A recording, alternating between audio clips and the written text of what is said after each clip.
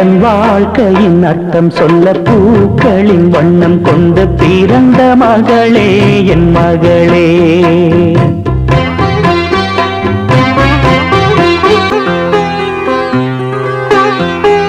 வானம் தாலாட்ட மேகம் நீராட்ட வளரும் வெள்ளி நிலவே, வாழ்வில் நீ காணும் சுகங்கள் நூறாக வேண்டும் தங்கச் சிலையே.